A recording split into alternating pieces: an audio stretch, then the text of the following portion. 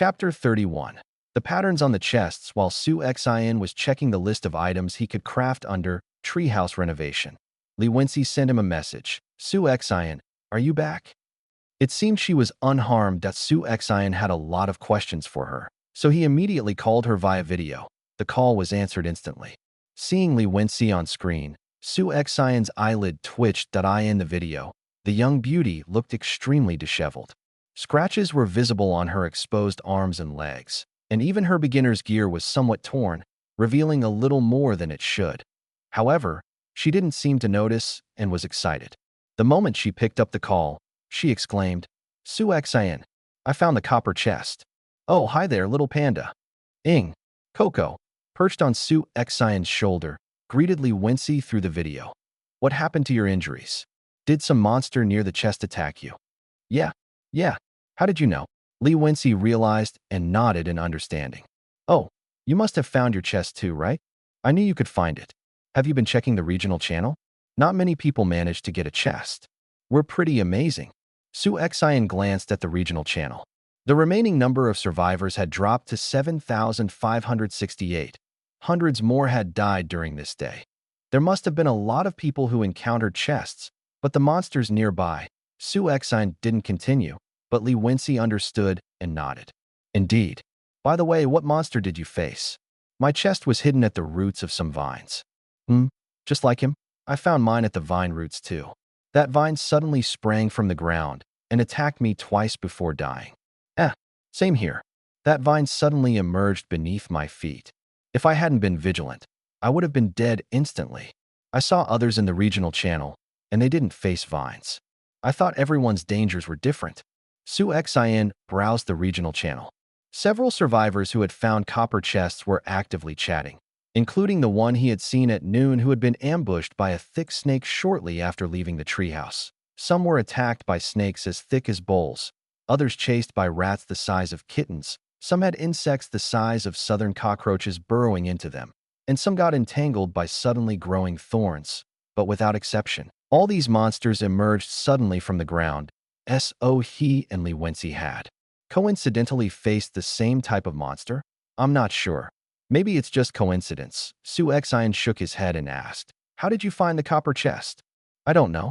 I just wandered around following my instincts all day. Just as I was about to give up, the vine ambushed me. Li Wenxi admitted honestly. Wow, she really was lucky.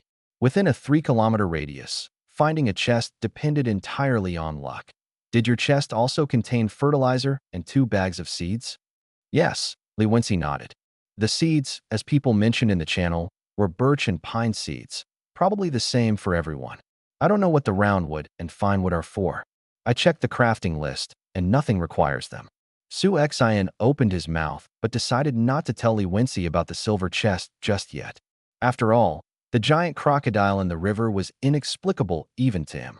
He simply said, Maybe it's related to what will appear in future chests. Oh, whatever. I'm laid back now. I won't go out at night. It's already dangerous enough during the day. Ow. Li Wenxi's injured arm hit a nearby table, and she quickly pulled it back. Rubbing it gently, Su Xin traded her some of the medicinal herbs he had found for external use. Use this. You probably have plenty growing near your home, but they look like ordinary grass and are hard to identify. Really? Li Wenxi examined the herb. It looked identical to the weeds downstairs, but its description read, Hemostatic herb, a special plant. Without Su Xin's item identification ability, Li Wenxi could only see simple descriptions. Normally, items had to be held or touched to reveal details. You actually discovered this? It sounded simple, but she had to randomly pull weeds and stumble upon the right one. Until now, no medicinal herb with healing properties had appeared on the trading platform. I found it by chance. Su Xin naturally didn't reveal his ability. All right, just rest if you're not going out. I won't stay in the treehouse tonight. Oh, okay. But you gave me so many things. I should give them back. Li Wenxi sounded a little embarrassed by her previous laziness. No need. Keep them. Just remember me if you get anything good later. After hanging up, Su Xin took out the golden compass. Only the golden chest remained. What kind of resources would it contain? The copper chest had been at the roots of a killer vine. The silver chest in the giant crocodile's mouth. Where would the gold chest be? Golden chest compass. Turning the needle indicates the general direction of a gold chest. Can be used once every 5 hours. The cooldown was much longer than the silver chest compass. Increasing the difficulty of finding the golden chest, he turned the compass. The needle spun and finally stopped, pointing northwest. That way. The hill region full of red dots was in that direction. Fortunately, it was beyond 3 kilometers, so the gold chest was definitely outside that dangerous area. Su Exine didn't rush. He roasted several pounds of bear meat, combined it with the mushrooms he had gathered, and enjoyed a hearty dinner. The upcoming search for the gold chest would likely be a fierce battle. He had to be well fed. He placed the silver chest next to the copper chest and paused to examine them. Su Exine initially thought the two chests were identical, but when placed side by side, he noticed differences. First, he couldn't see anything unusual looking at them separately, but together, the patterns on the silver and copper chests seemed to form a single incomplete design that depicted the side of a beast's body.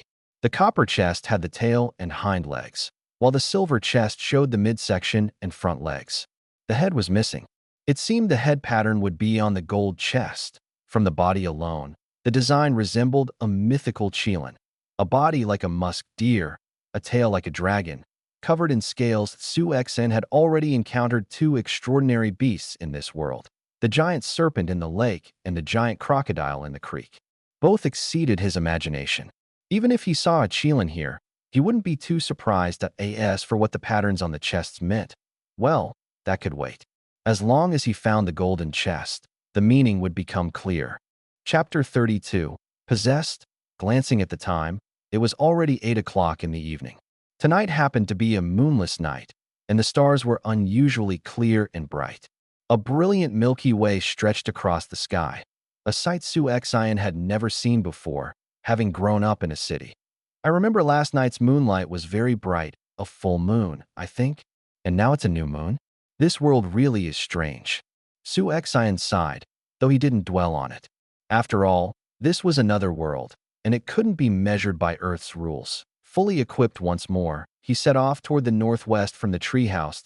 Go northwest. He first needed to bypass the lake. Of course, he had considered the possibility that the golden chest might be somewhere in this lake. But if it really was, he had no way of retrieving it at this moment. The lake was dangerous.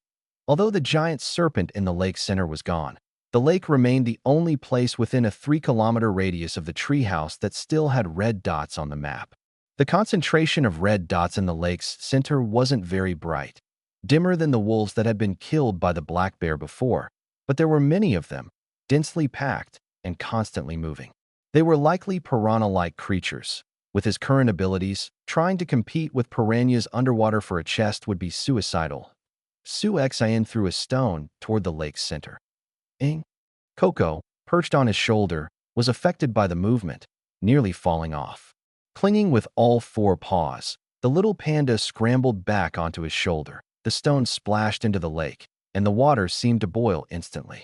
The lake was so clear that Su Exine could faintly see countless fish frantically swimming below the surface, some leaping out of the water. They were blood-red fish, slightly larger than his palm, but their sharp, saw-like teeth made Su Exine shudder. Indeed, they were piranhas. These piranhas seemed to patrol only the center of the lake and didn't approach the shore, so the fish and shrimp near the edge were safe. That moment, a large, startled grass carp wandered into the central zone. Suddenly, the water boiled again, splashing even higher than before.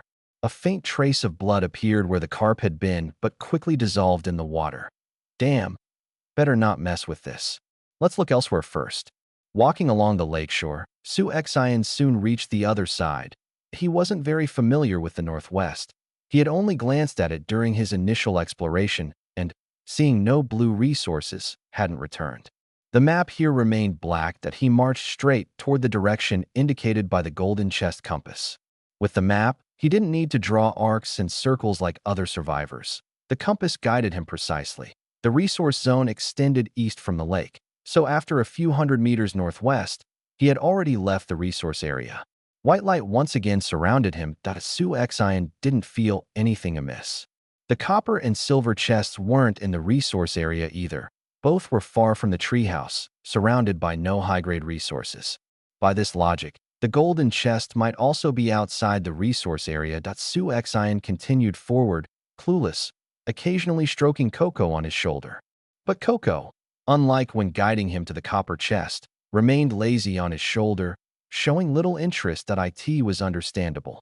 After a whole day of running around with Su Xian, now that night had fallen, it was the little creature's sleep time. Coco, the red berries and oranges I gave you, don't they have any effect on you? Su Xian had fed Coco several oranges today. If the oranges had any effect, it shouldn't be sleepy, right? Ing? Coco tilted its head, eyes half closed, looking puzzled. Apparently, the blue resource's special effects didn't work on them. Su Xian shook his head, cradled Coco, and stroked its fluffy tail. Take a nap. If something happens, I'll wake you up. You better be alert then. Ing. Coco responded and curled up in his arms, falling asleep. The forest at night was eerily quiet. No insect sounds, only the rustling of leaves and Su Xian's footsteps on the grass. Without Coco squirming on his shoulder or swishing its tail against his neck, Su Xian felt a little out of place. Although the map showed no enemy red dots, Su Xian remained highly alert, constantly sensing his surroundings and watching the map that it was the same monotonous forest, a poplar grove. After walking for so long, Su Xian hadn't sensed a hint of danger. Reminder, do not leave the treehouse beyond 3 kilometers, or something you don't want to see will happen. He had reached the boundary again. Standing at the edge, Su Xian frowned. This time, he felt genuinely at a loss. Following the compass, he hadn't sensed any abnormality at all. Could the golden chest really be in the lake? That would be troublesome. He looked up at the nearby hills. Dense red dot hordes occupied the hills less than a kilometer away. He couldn't pass through, but the beasts didn't seem eager to enter his territory. For now, it was safe. Looking at the hills, an abrupt thought arose in Su Xian's mind. What if I step beyond this boundary? What terrible things could happen? The thought sprouted in his mind. For some reason, the desire to go forward swelled, growing stronger. Su Xian fixed his gaze on the hills, and it felt like a deadly temptation, compelling him to step forward. This time, the mysterious voice didn't warn him. Driven by desire, Su Xian took another step, half a foot beyond the boundary. Just as he intended to step further, Coco stirred in his arms. Ing. It seemed uncomfortable in its sleep and wiggled slightly. That slight movement jolted Su Xian awake. But his third step had already been taken. That a surge of danger instantly erupted in his mind. He swiftly pulled back his foot. That very moment, the spot where his third step would have landed cracked open, and a sharp vine shot up straight into the air, reaching 4 to 5 meters high. Dark green with streaks of blood red. It looked like veins, sending chills down his spine. Su Xian hurriedly retreated several steps, muscles tensed, ready to dodge. But the vine didn't rush forward like the one near the copper chest. It lingered in the air for a moment, then slowly retracted underground. On the map, the red representing the vine gradually faded and disappeared completely within seconds. What was I thinking? Su Xian muttered in disbelief. As a cautious person, he would never act so recklessly. But if Coco hadn't moved slightly in his arms, he would have been impaled through the top of his foot by the vine. Looking back, the Su Xian who had acted solely on desire, ignoring consequences, seemed not like himself. Have I been possessed? Chapter 33. The strange fragrance of flowers. Su Xian now felt that he was endangered. He had indeed had the thought of stepping out and testing the boundary, but it had been just a thought. His cautious nature would never have allowed him to act on it. Yet, in reality, it seemed as if he had lost his mind, conquered by the desire in his heart, and had stepped forward so easily. There must be something around here affecting me. Su Xian warily scanned his surroundings. The usual poplar trees and low shrubs. This moment, he realized that the invigorating effect of the blue-orange he had eaten back in the treehouse had worn off. He pulled another blue-orange from his backpack and ate it. Instantly, his spirit was lifted, fatigue vanished, and his mind became much clearer. The surrounding forest was quiet. The night gave off a dim, chilling, yet dangerous feeling. Su Xian focused on the crack in the ground. The vine had emerged from that very opening. So if I step beyond 3 kilometers, vines from underground will attack me? With his mind now clear, Su Exine pondered. I'm standing less than a meter from the boundary. Such a short distance, would they not reach me? He recalled the vine that had guarded the copper chest. It had only attacked him twice before becoming dry and brittle, breaking easily when touched. But the vine just now was different. It had not shattered, nor had it turned to strike him, only slowly retreating underground. Clearly, within the 3-kilometer radius, he was indeed protected. To confirm his thoughts, Su Exine tensed his body and extended a foot beyond the boundary once more. This time, he acted deliberately, fully aware of his movements. Sure enough, a red on the map suddenly lit up. Su Exine dodged his foot aside. A vine, thicker than the previous one, burst from the ground, shooting 6 to 7 meters into the air. The vine was covered in densely packed, blood-red barbs, chilling him to the bone. His foot still outside the boundary, the vine twisted in the air, lashing towards Su Exine's ankle. He quickly pulled his foot back and leapt backward. Yet the vine didn't enter the protected area, as if an invisible wall at the 3-kilometer boundary had suddenly stopped it. Under Su Exine's vigilant gaze, the vine made no further attack.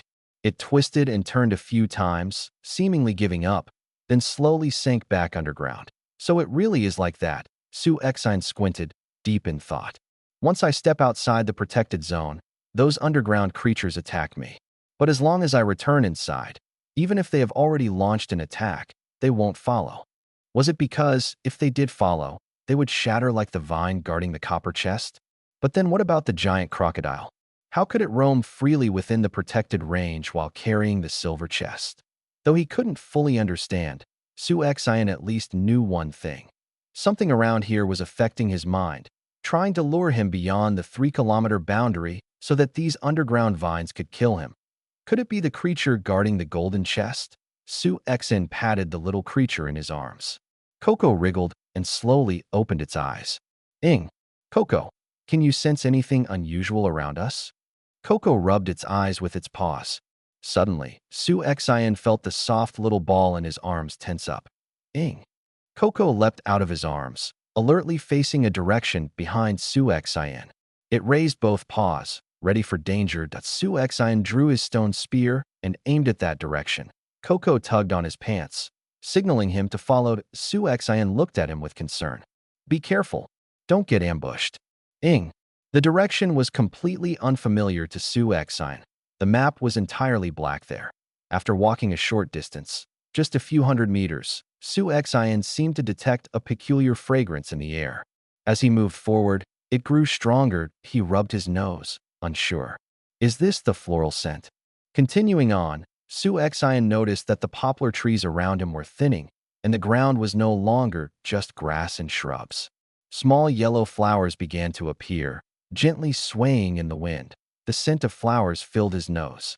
Su Exine felt a light-headed sensation and unconsciously quickened his pace. Immediately, he realized something was wrong and pinched his arm hard, regaining clarity. It's this flower scent. It was what lured me beyond the protected range just now. Perhaps the scent had been too faint earlier to be noticed, but now he could feel it clearly. This same influence had affected his mind. Thinking this, Su Exine hurriedly lifted his shirt and covered his mouth and nose. Finding it cumbersome, he took off the shirt entirely and tied it over his face. Coco, come back. We go together. Now that he had sensed the danger, he couldn't let Coco lead the way. Ing. Coco seemed unaffected by the scent, nimbly climbing onto Su Exine's shoulder. This little creature was indeed mysterious. Gripping his spear, Su Exine pressed onward. The poplar trees grew sparser, and the yellow flowers on the ground multiplied. Even with his mouth and nose covered, the pungent floral scent made him frown. Perhaps due to his heightened alertness or the effect of the blue-orange, the sharp smell didn't affect his mind again. HM? That is, Su Exine suddenly stopped. The poplar trees had disappeared. Below his feet stretched a sea of bright yellow flowers. In the middle of this floral sea, a gleaming golden chest. Saturday, the golden chest? Su Exine's eyes lit up. He hadn't expected to find it here. Ing? Coco glanced at him over its shoulder. Su Exine didn't move forward immediately or rush to open the chest. Something felt off. This golden chest wouldn't be so easily obtained. There was surely a great danger hidden beneath this flower. SENO red dots appeared on his mental map.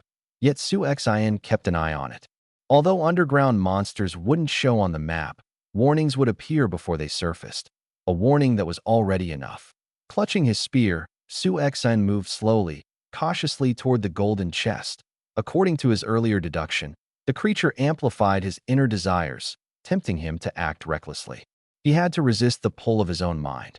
Yet now, Su-Xin felt perfectly normal. His mind was clear, without the overwhelming desire to act on his impulses. Nothing happened. Step by step, he reached the golden chest. Standing before it, Su-Xin felt puzzled.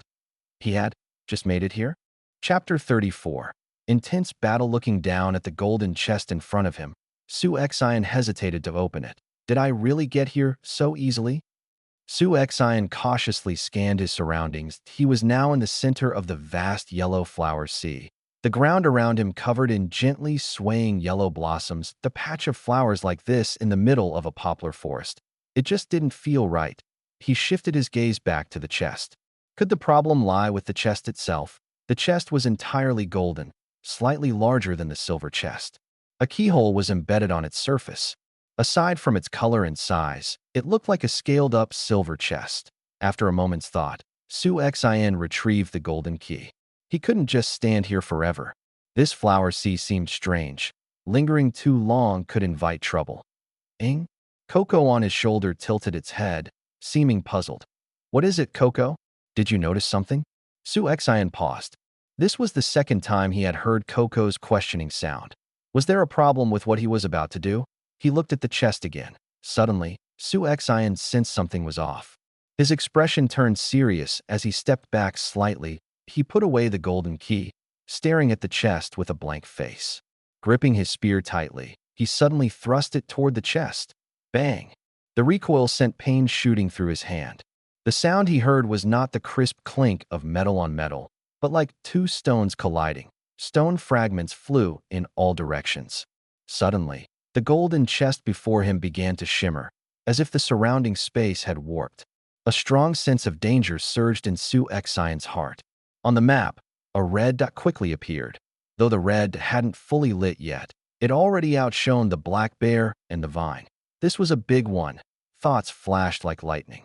Su-Xion had only one idea. Run. He dashed toward the nearest poplar tree, glancing over his shoulder at the original location of the chest. After the shimmering dissipated, there was no golden chest.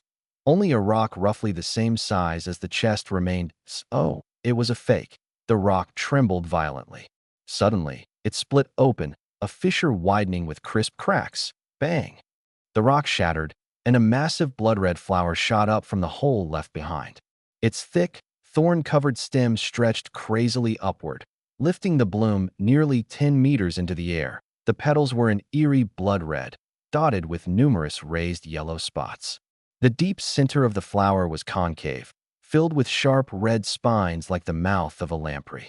The entire flower opened toward Su-Xion like a gaping, blood-soaked maw.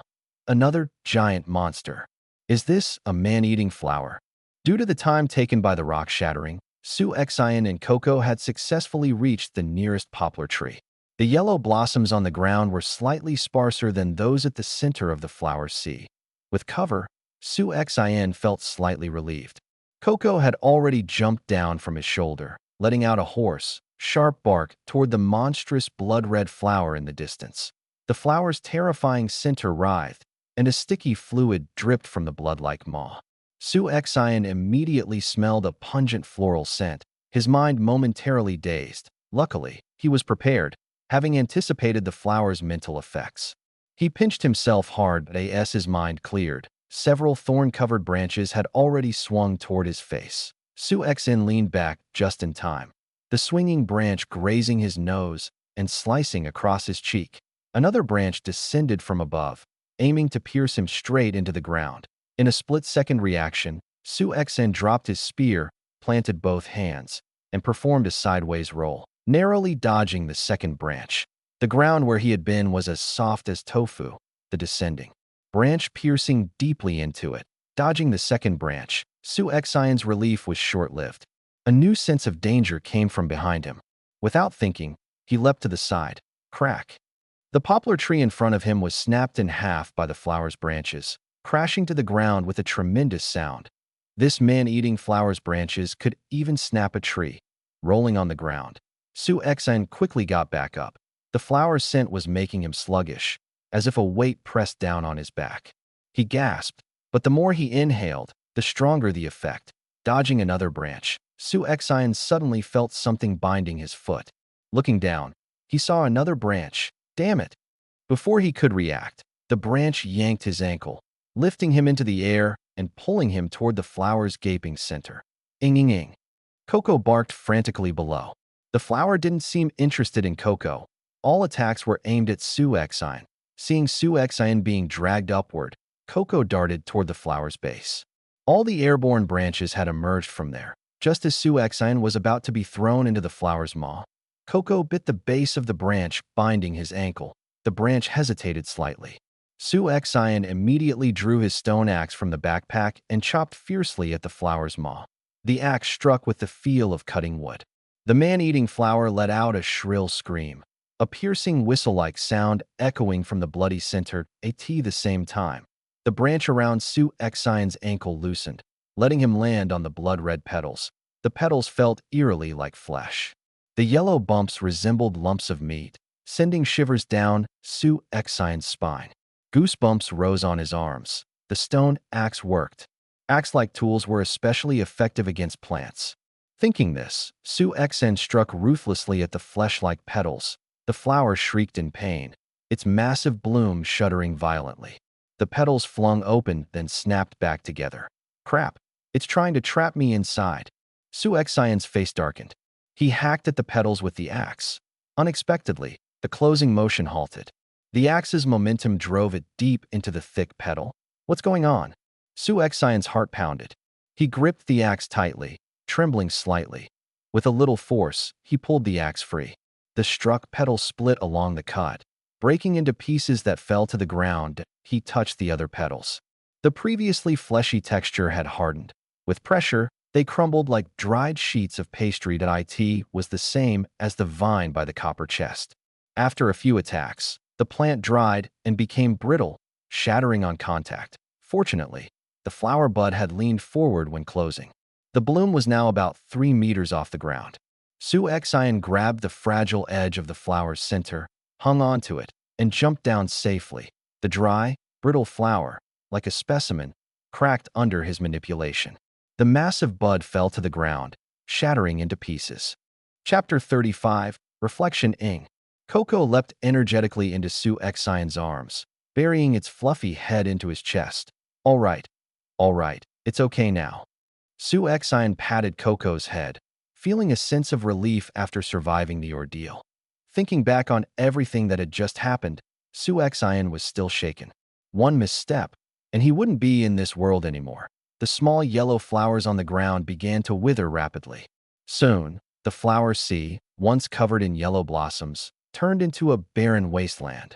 No weeds, not a single sprout remained. Su Exine sat on the ground, placing Coco on his lap, and put the shirt he had wrapped around his face back on properly. So, I was really influenced mentally, huh?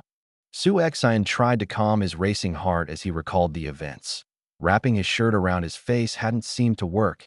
If his mind hadn't been affected, he would never have been so reckless as to enter that strange flower sea. Even though the golden chest he had been searching for was right in the center, he had barely paused before stepping into the dangerous area. When he reached the chest, his usual self would have quickly put it into his backpack and moved away to a safer spot before opening it. Not impulsively reaching for the key, as he had just done. The most obvious clue was the fake chest. He had mistaken a chunk of rock for a treasure chest. That had to be a hallucination caused by inhaling too much of the flower's scent. Su Exine glanced at Coco, still burying its head in his chest, and smiled. Without this little creature, he probably wouldn't have survived today. He pulled an orange from his backpack and handed it to Coco. Ing. Coco hugged the orange happily and began nibbling on it. It seemed that Coco wasn't affected by the flower's scent at all. That explained the 2 puzzled cries it had made. Once when Su Exine mentioned the golden chest, and again when he took out the golden key. Those two cries made Su Xian realize that he and Coco had been seeing different things. Coco hadn't seen the golden chest, so when Su Xian looked at it again, he observed more carefully. Before this, Su Xian had seen the copper and silver chests in his treehouse side by side. The patterns on the two chests formed a body of a beast resembling a Qilin. So he had deduced that the golden chest would likely depict the beast's head, but the pattern on the fake golden chest was chaotic and meaningless. Although he couldn't be sure whether the pattern on the chest was real or not, he preferred to assume it was real rather than risk being wrong. So he thrust his spear at the fake chest, and it shattered his hallucination that if he hadn't realized the truth and had tried to open the fake chest with the key, the shattering of the rock might have been hidden within the illusion, leaving Su Xian no time to escape. He could have been swallowed whole by the man-eating flower. What happened afterward? He did his best and managed to save his life. The danger of this man-eating flower far exceeded the previous beast's swarm or vines, making Su Xian deeply aware of his own weakness. Without Coco's help and a series of fortunate coincidences, he would have been dragged step by step into the abyss by this flower capable of influencing one's mind, without even realizing it.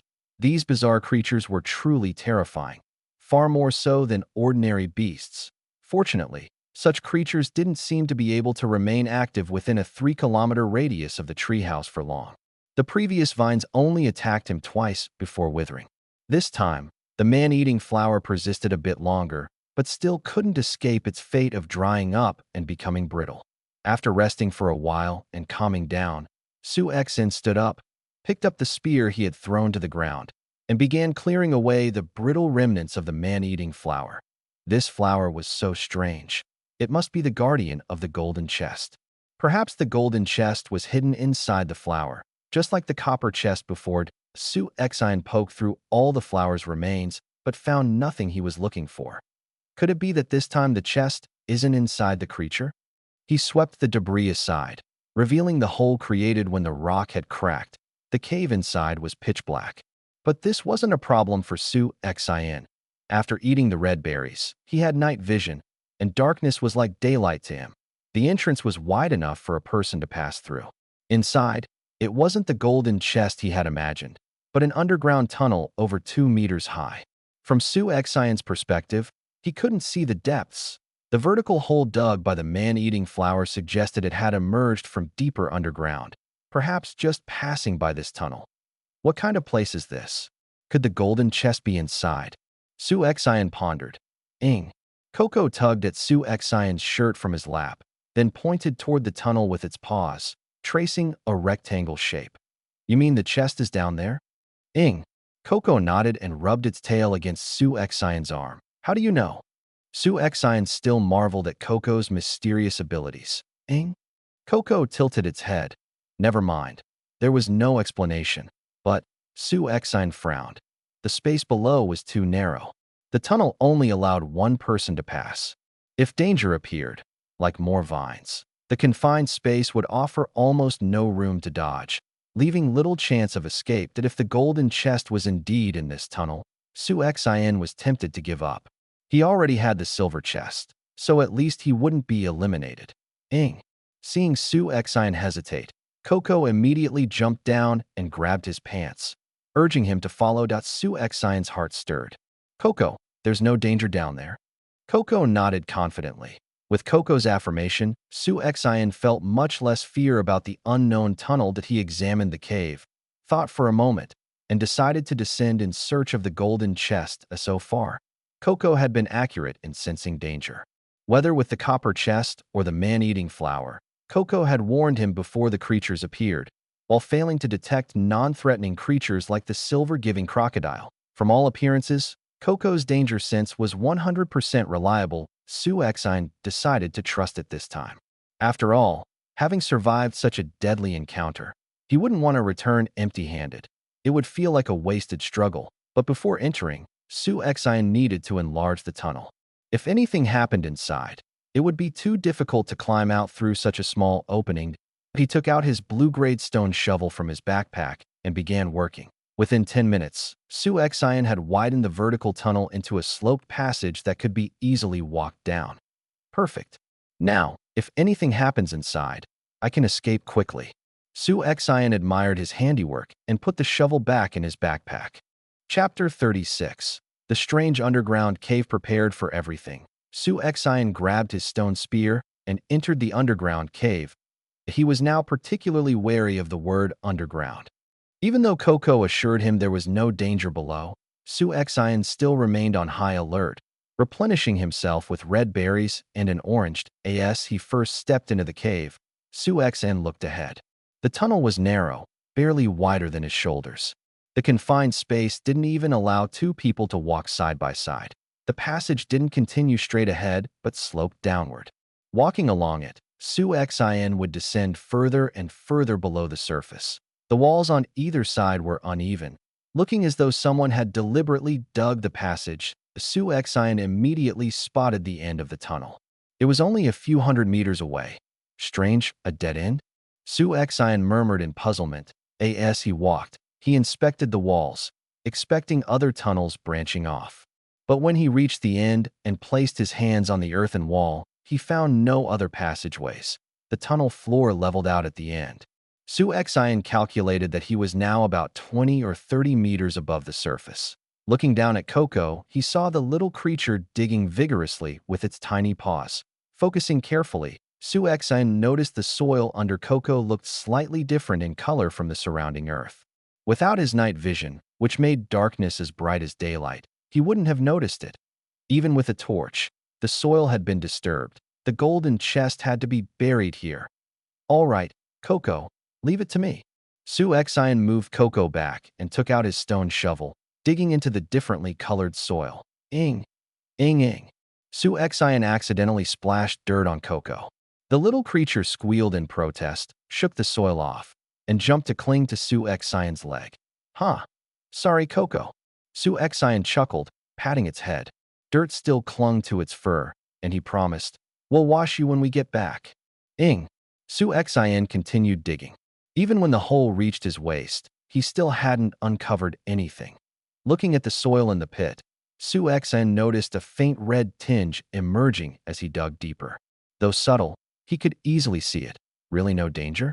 Su Xian hesitated. The soil looked as if it had been soaked in blood, reminding him of the crimson threads and spines on the dark green vines, and the blood-red petals and stamen of the man-eating flower. He sighed and patted Coco's head. If something happens here, we'll die together. Ing. Coco hugged his leg with one paw and tapped its chest with the other, as if saying, "Trust me. I said there's no danger, so there isn't." Su Xian decided to trust Coco again. Having come this far, there was no turning back. He continued digging, but not straight down. Like at the cave entrance, he first dug at a slight incline, creating a small ramp he could walk on and spreading the excavated soil along the passage to keep his exit cleared.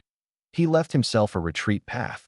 Digging too deep without one would make climbing back up extremely difficult as the pit depth neared his height. Su Xian's shovel suddenly struck something hard, producing a sound unlike stone. It was metal. His eyes lit up at a chest. He hurriedly dug away the surrounding soil. Indeed, there was metal beneath his shovel, but not gold. It was iron, darkened and rusted, likely buried for a long time. As he cleared the soil around the exposed iron, Su Xian realized it wasn't a small object at all. It was an underground iron door, a gateway to even deeper subterranean space. How could it be a door? Su Xian muttered, staring at the rusted handle. An iron door leading further underground? The door reminded him of a manhole cover by the roadside.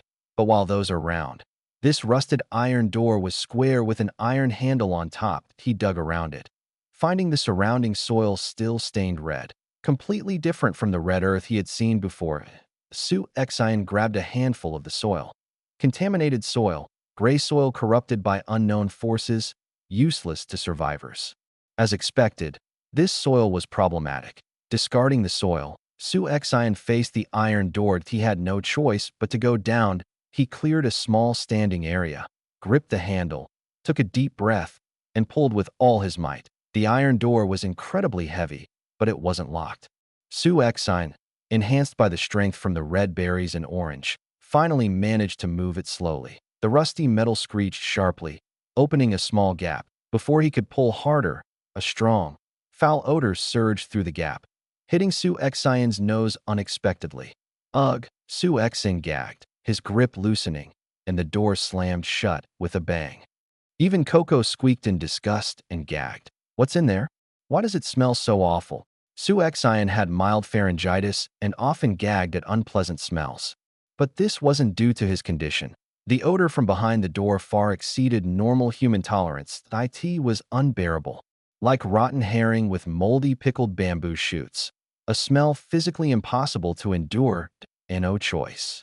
Su Xian improvised again, using his shirt as a mask to cover his nose.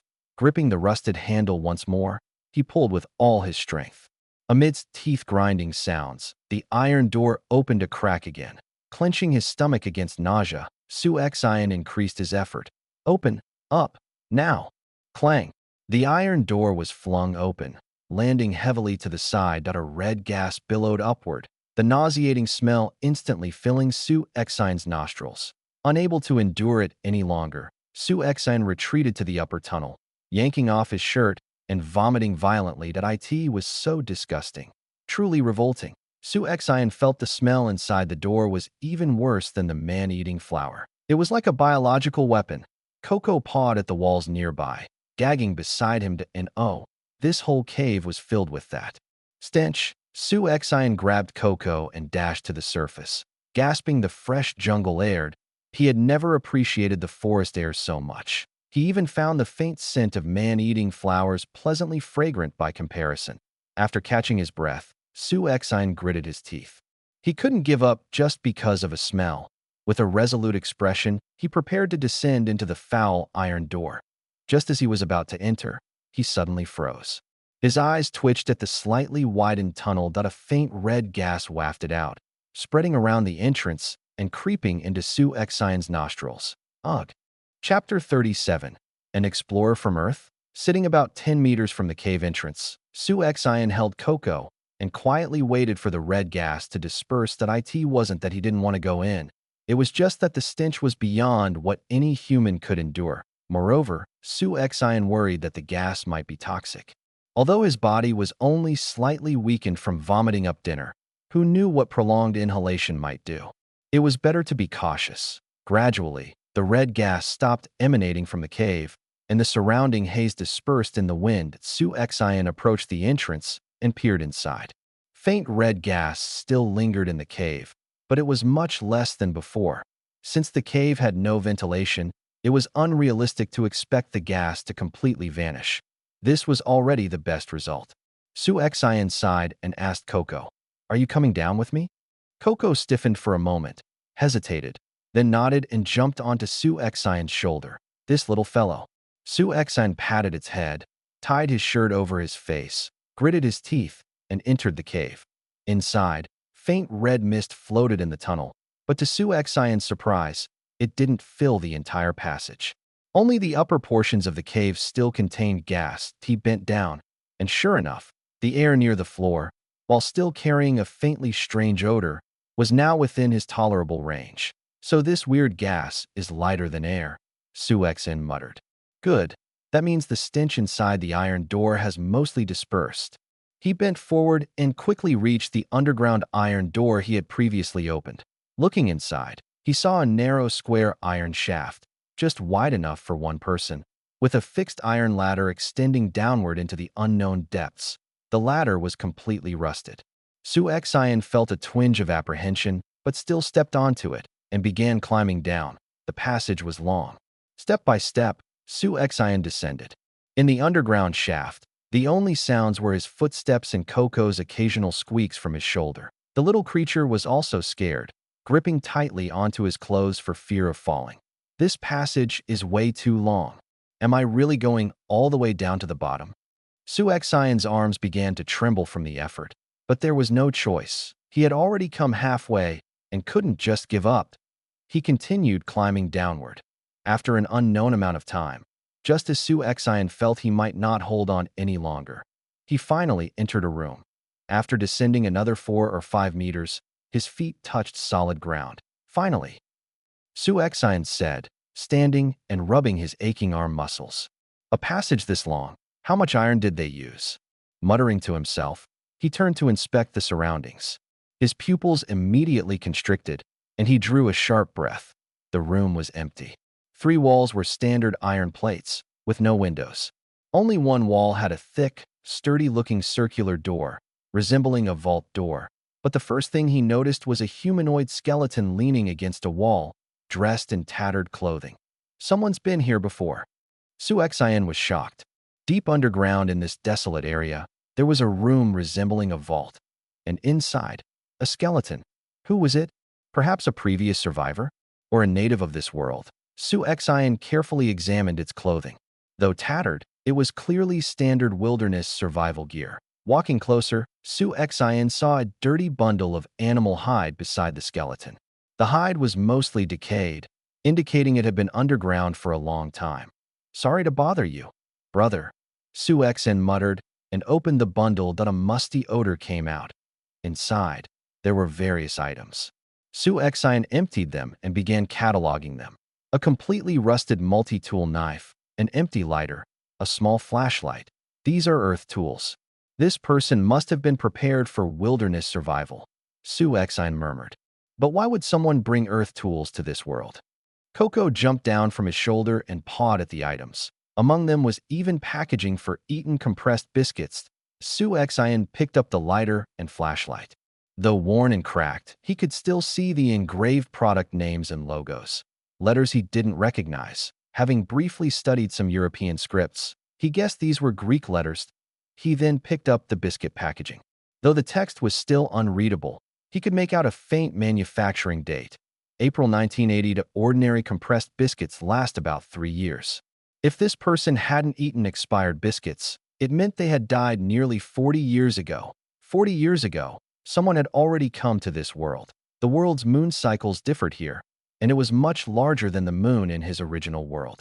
Su Xian knew this was definitely not his original world. Seeing Earth objects here didn't change that fact. That a chill ran down his spine. What secrets did this world hide? Could someone have been sent here 40 years ago? And how did their Earth items remain? The more Su Xian looked around, the more the room felt like a prison. Yet, even in a prison, there would be a toilet or bed. Here, it was completely empty.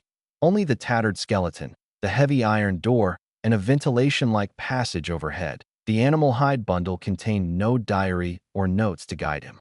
Checking the skeleton again, there was nothing of value besides the tattered clothes. Su Xian felt a tinge of disappointment. Well, who writes a diary in such conditions anyway? Ing. Coco suddenly called, staring at the iron wall behind the skeleton. What is it? Su Xian followed its gaze. Etched into the iron wall, partially hidden by the skeleton, were some carved letters. Su Xian gently moved the skeleton, just pushing it aside. The skeleton toppled, scattering bones across the floor. Su Xian jumped back in shock. The skull rolled on the iron floor, coming to rest facing him. Its hollow eye socket seemed to stare straight at Su Xian. Gah! Su Xian gasped. Previously, he hadn't believed in ghosts or spirits and was unafraid of skeletons. But in this world, his worldview had collapsed. Science could not explain why he had awoken in this place, why plants grew so rapidly, or why even eating fruit granted abilities. Anything was possible here, including the skeleton suddenly coming to life. But it hadn't moved, only appearing to stare intently at him. The iron room was silent. Su Xian forced himself to look at the now unobstructed wall. Carved with a knife, a string of letters was visible, with purple-black stains resembling dried blood beside them. Frustratingly, the letters were as incomprehensible as those on the flashlight and biscuit packaging. Strange and foreign symbols. Su Xian only knew English and some Spanish. Other European scripts were completely alien, not to mention Greek, considered the world's second hardest language. Ing? Coco tilted its head at the letters, then looked at the skull when it realized it couldn't understand them. This is so frustrating. Found a clue and can't read it. Su Xian sighed, turning to the thick vault-like door. Whether this underground exploration bore fruit depended entirely on what lay beyond that door. Chapter 38. The tip of the world's iceberg. Su Xian approached the thick, imposing iron door. This door looked like a vault door, and he was currently inside the room that he had seen in movies and games. That vault doors usually opened by turning a large wheel on the outside. With a hiss of released pressure, the circular door would be pushed outward, then slid to the left or right. But here, he was inside the room, so there was no will to turn. His only option was to try pushing the door with his hands. SSS. The piercing sound of metal scraping echoed as Su Xian used all his strength to slowly push the door, getting somewhere. Seeing it move, Su Xian felt a surge of hope and pushed harder. Crack. With a crisp sound, the circular iron door was completely freed from its frame, leaving a gap about 2 fingers wide. Su Xian didn't rush to go through. He peeked through the gap first. He had expected a modern vault-like room on the other side. But to his surprise, he saw faintly reddish soil forming earthen walls, as if he had entered yet another cave. Another cave? Su Xian frowned at SO in this underground space.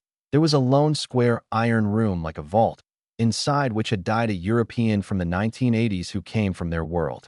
Strange indeed. Coco, is it? Wait, what are you doing?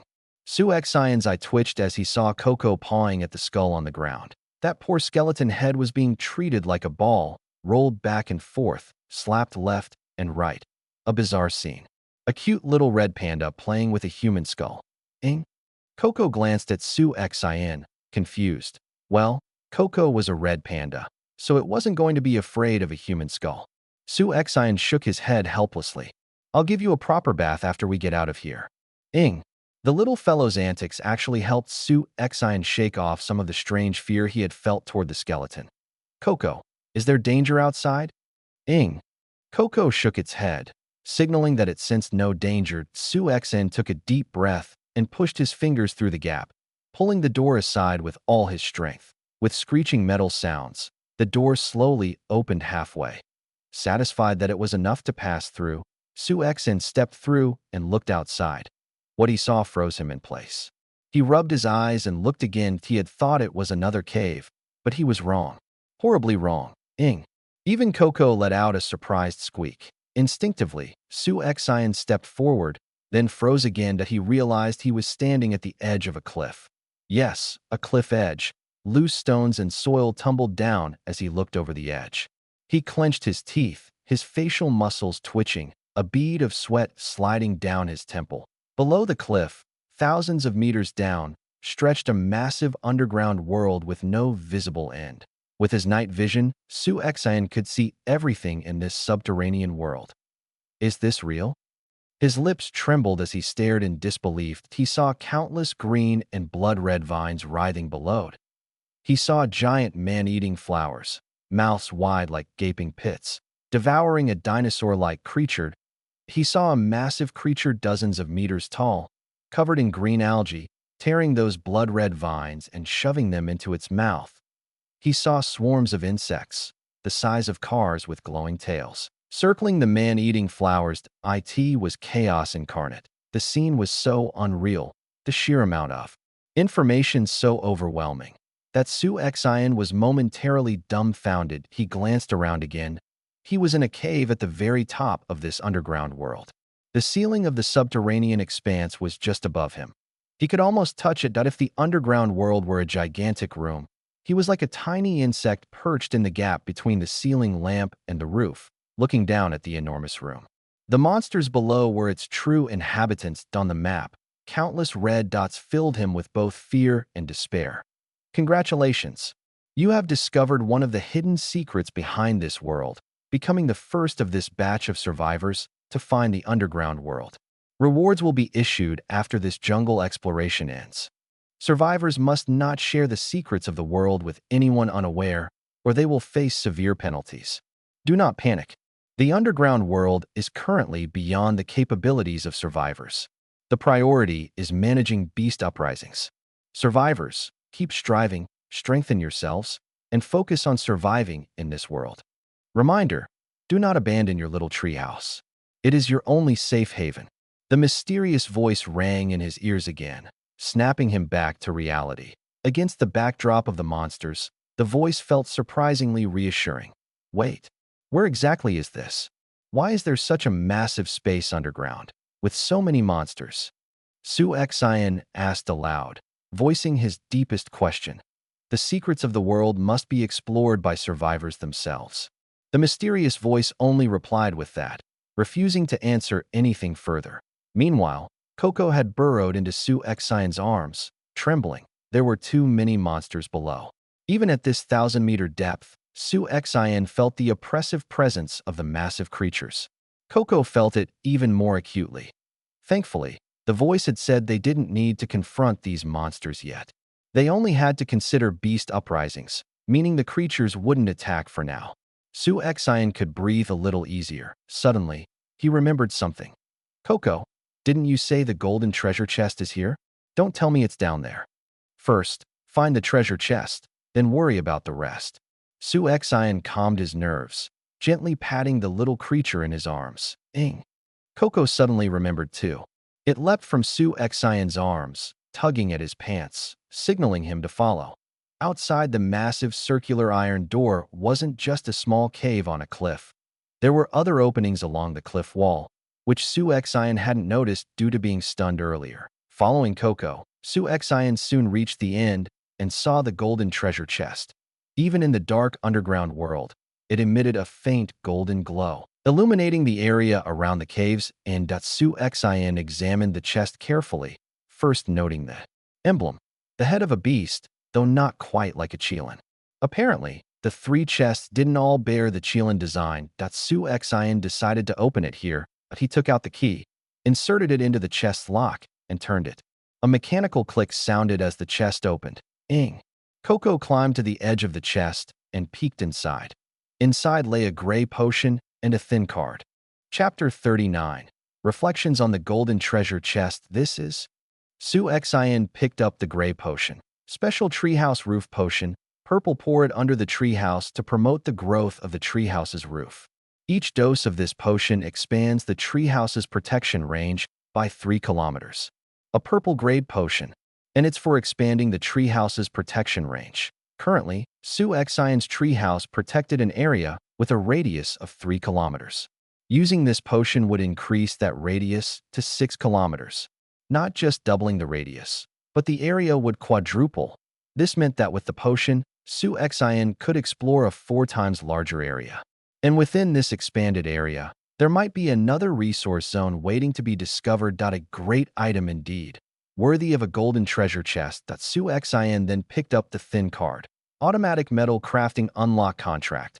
Purple instantly unlocks all metal crafting recipes. After using this contract, any metal-related crafting recipe will automatically unlock as long as all types of raw materials have been obtained. Following the treehouse modification contract, he now had another contract for metal crafting recipes. With this contract, Su Xian was no longer limited to crafting stone tools. Congratulations! You have unlocked the gold, silver, and copper treasure chests, becoming the first among this batch of survivors to find and open all 3 chests. Rewards will be issued after this jungle exploration ends. Survivors, keep striving, strengthen yourselves, and focus on surviving in this world. The mysterious voice rang again. He was the first to obtain all the treasure chests. The event hadn't ended yet, and it was uncertain whether anyone else would find the golden chest. Honestly, if it weren't for Coco insisting that there was a golden chest below, he wouldn't have dared to enter the underground passage and dig further. The conditions to obtain the golden chest were extremely harsh. Shaking his head, Su Xian didn't dwell on it. He chose to use the contract as before. The card representing the contract shattered in his hand, merging into his body. Su Xian felt a surge of power course through every part of him. This time, not only did he feel stronger physically, but his mind also seemed sharper. Everything he had just experienced was rapidly organized in his head. First, that giant man-eating flower must be the guardian of the underground world's entrance. The abrupt iron room underground, like the skeleton inside, had been buried for many years. Yet the extremely foul red mist inside the room, its origin remained a mystery. The person in the room was not from this world, yet they brought tools and food from their original world, suggesting that the way they arrived here differed from that of Su Xian and the other survivors. How exactly they got here remained unclear. The golden chest and the secret of the underground space were linked. Whoever discovered the chest would inevitably see the secret of this underground world before finding the treasure. Those who couldn't locate the chest would never uncover the secret. Who was that mysterious voice? Why bring them here? Perhaps it was to help them grow strong enough to eventually confront the monsters deep underground. And how were those monsters created? The size difference between them and surface creatures was enormous that Su Xin recalled the lake's serpent and the giant crocodile in the stream. These two extraordinarily large creatures must have originated underground. The lake beneath might even connect to the subterranean depths stretching kilometers down. Then there was the potion in the golden chest that Su Xin examined, the gray potion.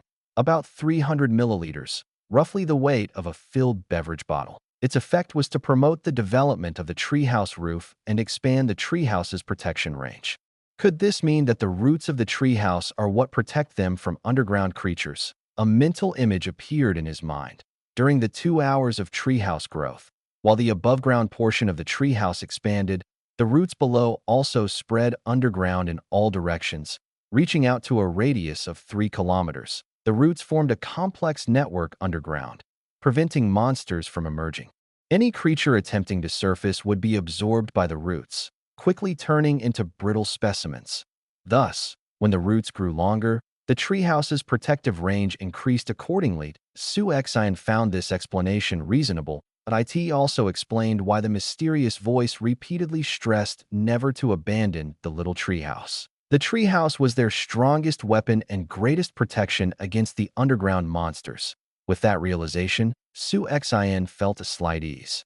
According to the voice, the underground monsters wouldn't attack in the near term. They only needed to focus on dealing with the beasts on the surface. The treehouse would protect them. Su Xin placed the golden chest into his backpack. Although crafted from gold and extremely heavy, his enhanced strength, combined with a backpack that reduced weight to 20%, made carrying it effortless. He was curious what might happen once he collected all 3 treasure chests and completed the pattern. Before leaving, he decided to take another look at the underground world. After this, he might not return for a long time. Coco, however, stayed back, scared, far from the cliff edge. The chaotic scene below remained unchanged.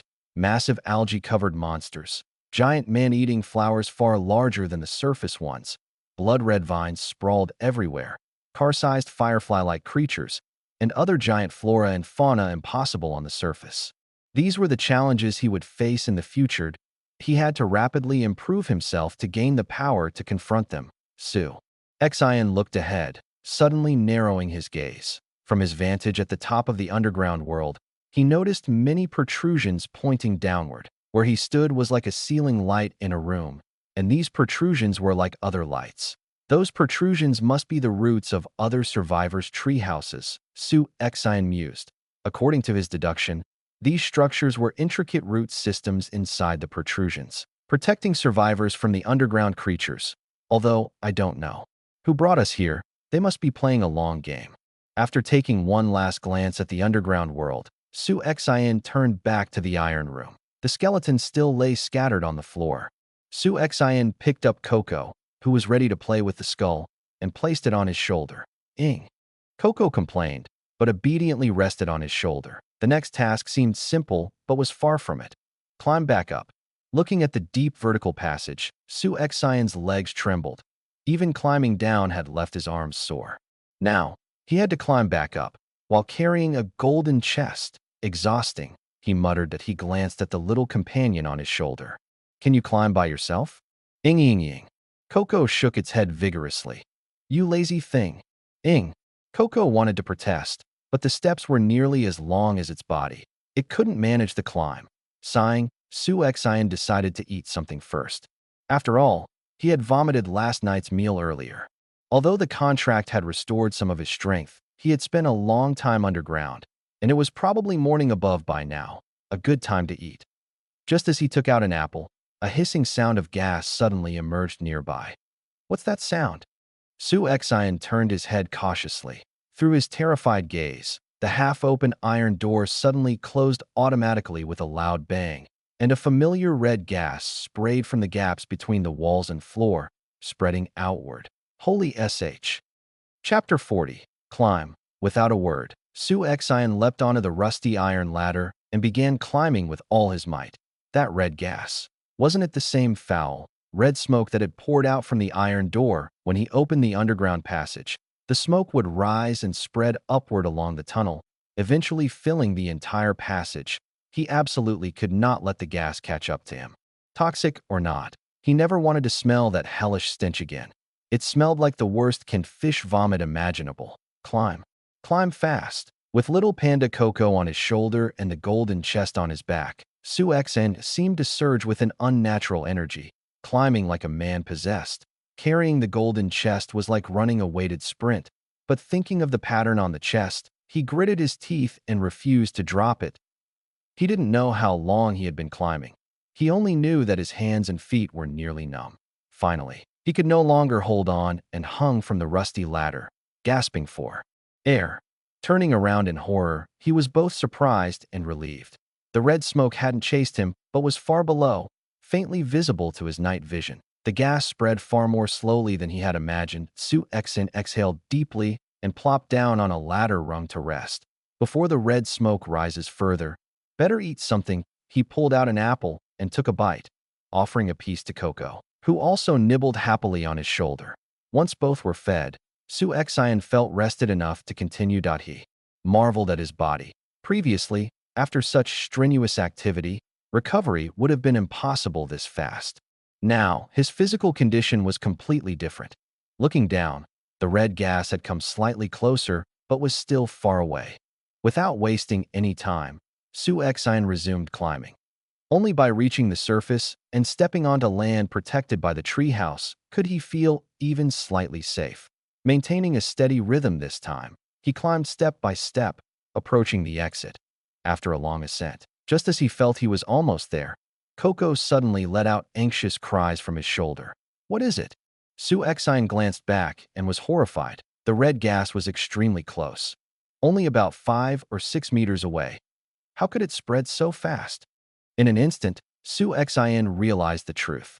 The gas may have spread slowly above ground, but the release from the room below could accelerate. Once the concentration rose, combined with increased air pressure, the diffusion sped up naturally. Damn it!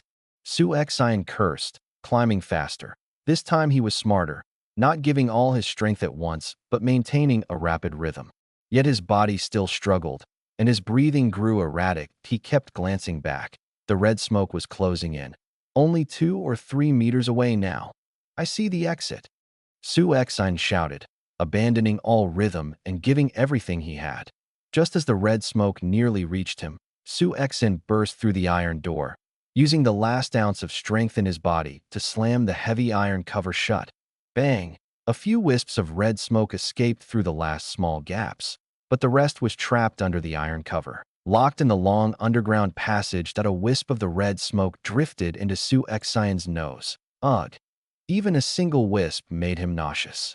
He couldn't imagine what would happen if he were fully engulfed. Sitting at the exit, Su Xen gasped for air.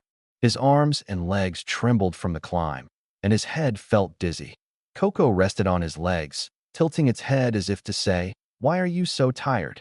"You little thing," Su Xen muttered, rubbing Coco's head. After a few minutes of rest, Su Xen felt his energy return and stood up. Stepping out of the passage, sunlight fell on him. The sun was high in the sky. After being in near darkness for so long, the sudden light made his eyes ache, so he shaded them with his hand. Once his eyes adjusted, he looked at the ordinary plants around him and finally smiled with relief. The underground world had been far too oppressive. The physical and mental strain along the way had never ceased. Having seen the monsters below, Su Xen now found the surface beasts almost cute. Around him was still the wasteland left by withered yellow flowers. Home, home. Su Xen wanted nothing more than to return to the treehouse and sleep. Although his orange, blue, kept him mentally alert, his body and mind were exhausted. He wanted nothing but to collapse in bed. The treehouse was about an hour away. Sigh. When will I have a mount or vehicle? Su Xen thought, his legs still aching slightly from the long trek. He looked at the little creature on his shoulder, now dozing again, and shook his head. "Looks like I'm the mount here. No choice." He had to walk back. It was now early afternoon. Judging by the sun, around 2 o'clock, the hottest part of the day. Su Xian drank a few mouthfuls from the bottled water given in the beginner supplies and began moving toward the treehouse at a slow, leisurely pace. Once he used the special treehouse roof potion, the protection range would extend another 3 kilometers, quadrupling the area. Walking to explore such a range would feel almost futile. Opening his map, he saw that only the northwest hills had beasts. Once the protection range expanded, those hills would also fall under the treehouse's protection. Now I should have unlocked iron armor. Maybe I can hunt the beasts over there. After more than an hour, Su Xian finally reached the lakeside. The treehouse stood across the water. The lake appeared calm, though he could faintly see piranhas swimming in the center. Huh? The piranhas seemed to be moving a bit closer to the shore? Or is it just my imagination? Su Xian frowned. The nearest piranha now seemed slightly closer than it had last night. Maybe just a coincidence, he told himself. He still had no effective way to deal with the piranhas. Walking along the shore, Su Xian collected reeds for rope making. Returning beneath the treehouse, he took out the gray potion and poured it onto the treehouse's roots. Treehouse roots begin secondary growth. Duration 2 hours. No entry or exit possible during this period. Why would root growth prevent entry? Gazing in frustration at the treehouse just within reach, Su Xian realized, after trekking several kilometers, he was locked out by his own treehouse.